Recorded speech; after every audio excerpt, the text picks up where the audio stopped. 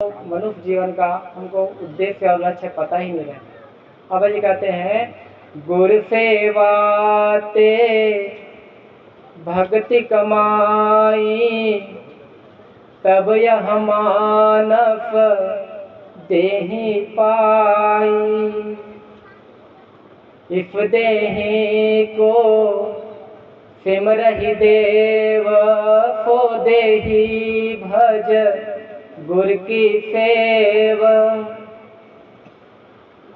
गुरु की सेवा करने के लिए, नाम की कमाई करने के लिए, शब्द की कमाई करने के लिए यह तन हमको प्राप्त हुआ है। इस तन को देवी देवता ऋषि मुनि गंधर्व सभी तरफते हैं, ऐसा बाबा जी कहते हैं। क्यों? क्योंकि देवी देवता उच्च कोटि की जामा पुण्य कर्मों से उसको मिला रहता है और पुण्य के क्षय होने पर पुनः 84 के फेरे में आना होता है। इस बात को वह देवी देवता ऋषि मुनि सब जानते हैं। इसलिए बाबा जी हमको कहते हैं गुरु सेवा ते भक्ति कमाई, तब यह मानव देहि पाई। ये मानव देहि गुरु की भक्ति करने के लिए प्राप्त हुई है। बाबा जी कहते हैं कि भजो गोविंद भजो, उस बाबा जी को भजो, उस नाम को भजो, इसी कारण से यह देहि प्राप्त हुआ है। भजो गोविंद भूल मत जाओ, मानव जन्म का यही लाहो।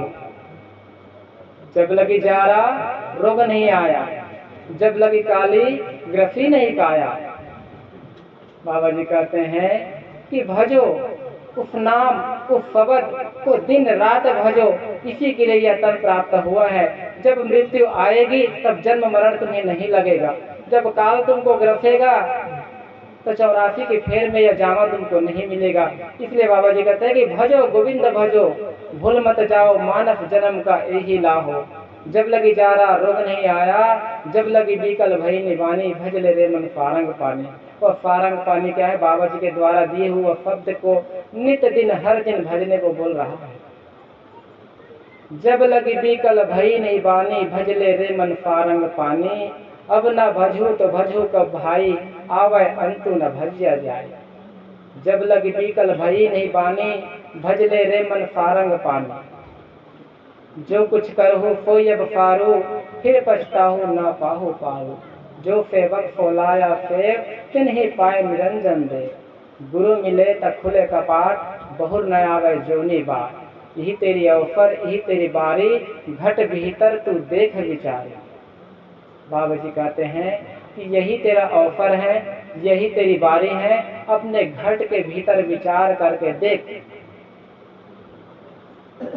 इस पूरे शब्द का एक ही भाव है कि बाबा जी हमको कहते हैं उस शब्द को हर घड़ी हर पल अपने ख्याल में भजते रहना है। उसी चीज के लिए हम सबको प्राप्त हुआ है यह नर जामा। इसलिए हम सब को उस बाबा को छोड़कर अन्य की ख्याल नहीं करना चाहिए। और हम पूरे दिन संसार में अन्य के ख्यालों में अपने जीवन को काटते हैं। एक बार विचार करके देखें, जिस बेटा को हम अपना कहते हैं वह बेटा एक दिन बहू का हो जाता है। जिस बेटी को हम अपना कहते हैं एक दिन जमाई का हो जाता है। जिस संपत्ति को हम अपना कहते हैं एक दिन वह बेटा बेटी नाती पोता का हो जाता है। और जिस तन को हम अपना कहते हैं वह एक दिन मिट्टी और अग्नि का हो जाता है। और जिस आत्मा को मैं कहते हैं वो भी आत्मा परमात्मा हो जाता है। शाश्वत में हमारा कुछ भी नहीं बचता। इसलिए मैं कहना छोड़कर अपने आप को गुरु का दास समझो तो ज़्यादा बेहतर होगा। इसलिए लूट सको तो लूट लो सत्य नाम की लूट, फिर पाछे पछताओगे प्राण जाएंगे छूट।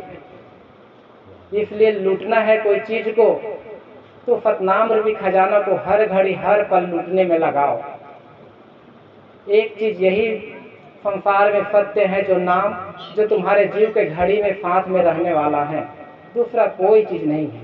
इसलिए हर पल जितना हो सके उस नाम की खजाना को लूटने का प्रयास करना चाहिए।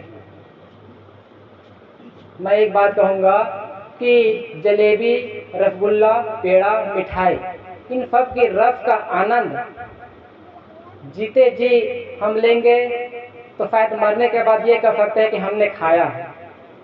और जीते जी नहीं लेंगे तो मरने के बाद मिलने वाला नहीं है। इसलिए नाम रूपी अमृत, नाम रूपी रसपान का आनंद जीते जी ही तुमको प्राप्त करना है। जब जीव को जीते जी गुरु का मान हो जाए कि वह गुरु तो हर घड़ी मेरे हृदय घट में वास करता है, वह साहेब तो मेरा अंग संग रहता है, ऐसा भान अपने अंदर हो जाए तो समझ लेना चाहिए कि मैं गुरु का दास सच्चा बन गया हूँ। मैंने मालिक को पा लिया, मैंने भगवान को पा लिया, मैंने गुरु को पा लिया, ऐसा जीते जी भान होना चाहिए।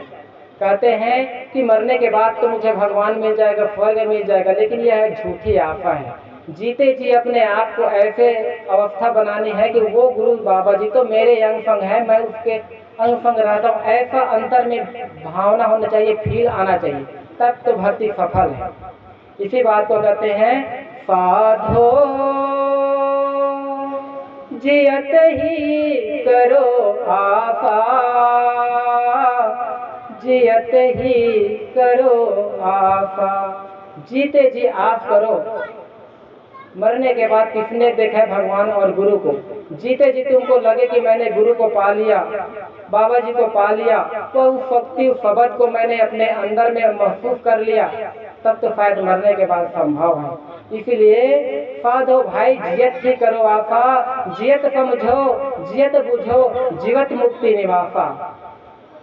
जीते जी तुम मुक्त हो जाओ तो शायद मरने के बाद मुक्ति संभव है, और जीते जी ही बंधन में बंधे रहे तो मरने के बाद कहाँ मुक्त है।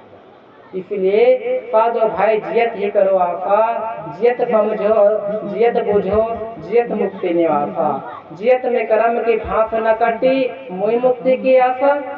मरे में मुक्ति की आशा समझ तो ये सब झूठी आशा है। अब हूँ मिला तो तब हूँ मिलेगा, नहीं तो जमपुर फांसा। दूर दूर ढूंढे मन लोभी, मिटे न गर्भ तरासा। साध संत की करे न बंदगी, कटे कर्म की फांसा। सत्य कहे सतगुरु को चिन्हे, सत्य नाम विश्वासा। जब तुम सत्य को ग्रहण कर लोगे, सत्य नाम को ग्रहण कर लोगे, जीते जी तुमको लगे मैं मुक्त हूँ, तब तो मुक्ति हो, नहीं तो झूठी आशा में अपने आप को मत रखे रहना। कहते हैं जहाँ आशा तहाँ वासा होई, मन कर वचन सुमरिए कोई। जीव का जीते जी जिस चीज में आशा बनी हुई है मन और कर्म और वचन से, वही मरने की अवस्था में बना रहता है। तो जब मरने की अवस्था में बेटी बेटे की आशा बनी है, धन दौलत की आशा बनी है, घर बार की आशा बनी है, तो उसी अवस्था को यह जीव चला जाता है, ऐसा बाबा जी कहते हैं। एक महान संत हुए हैं इस श्लोक का, जो कहते हैं अंत काले च मामे स्मरण मुक्ता कलवरम या प्रयाति सा मापदाव नाति संशयम। अंत काल में जो कोई मेरा स्मरण करते हुए देह का त्याग करता है, वह मुझे ही प्राप्त होता है, इसमें रंच मात्र संदेह नहीं है। तो जहाँ आशा तहाँ वासा हो, और मन कर वचन सुमरिए कोई। जीवन भर जिस चीज की आशा करते हैं मन कर्म और वचन से, वही मरने की अवस्था बनती। तो जीवन भर हमें सदगुरु की यदि आशा करें, जीवन भर उस नाम की कमाई करें, जीवन भर उस शब्द को जाने पहचाने, उस शक्ति को बूझें, तो मरने के अवस्था में निश्चित है वही शक्ति हमारे ख्याल में आएगी, तो निश्चित है हमारी सदगति की अवस्था बन सकता है। बाबा जी आदरणीय हमारे संत श्री गुरु घासीदास बाबा जी विरोधपुरी में किस तरह भक्ति करना है, किस तरह हमको साधना करना है, किस तरह पूजा करना है, समाज को संसार को अच्छी तरह खोलकर बताया है। छाता पहाड़ में किस तरह तन को तपाया, ध्यान लगाया कि हमारी पूरी समाज जानता है, पूरी संसार जानता है। हमारे परम पूज्य गुरु अमरदास बाबा जी चटुआपुरी में किस तरह से भक्ति की, वो भी साक्षात संसार को बताया है कि ध्यान लगाकर अपने आत्मा के स्वरूप को जानना ही सच्ची भक्ति है। आत्मा और परमात्मा के भेद को जीव केवल कोई जरिया है, कोई उपाय है, तो केवल वो ध्यान है। ध्यान के विधि से ही जीव सत्य को जान सकता है। जो पूरे ब्रह्मांड और संसार और सभी जीव को संचालित कोई शक्ति को, कोई सत्ता है, वो कर रहे, उसको जानने का उपाय है, वो केवल ध्यान। जब स्थूल सूक्ष्म देह का और स्थूल और सूक्ष्म और लोक का जिस भेदी को जानकार है, उस गुरु के शरण में जाकर ध्यान और पूजा की विधि को पूछना चाहिए कि असल में वह शक्ति क्या है, जो शक्ति पूरे ब्रह्मांड के सभी जीव जंतु को संचालित कर रहा है। उसके तरफ चरणों में जाकर गिरना चाहिए। जाति न पूछो साधु की, पूछ लीजिए ज्ञान की बात, मोल करो तलवार की पड़े रहेंगे म्यान। जिस देश में हो, जिस राज्य में हो, जिस गांव में हो, जिस शहर में हो, जिस संप्रदाय में हो, यदि उस मनुष्य के पास सूक्ष्म और स्थूल, निअक्षर और अक्षर के भेद को अच्छी तरह से वो जानता हो, तो उसके शरणों में जाकर उस ज्ञान को अर्जित करने की कोशिश करना चाहिए और अपने जीवन को सफल बनाने की प्रयास बारंबार करना चाहिए। गुरु सोई जो सत्य बतावे और गुरु कोई काम न आवे, सत्य पुरुष के कहे संदेशा और जन्म मरण का मिटे अनदेखा। गुरु वही सच्चा है जो सत्य बतावे, जो संसार की बातें करता है वह झूठ बातें हैं। सत्य क्या है? सत्य केवल वो नाम, वो शब्द, वो ताकत है। यदि उसकी बात तुम्हें कहता है तो वही सच्चा गुरु है। जो सत्य पुरुष के संदेश कहता है वही सच्चा गुरु है।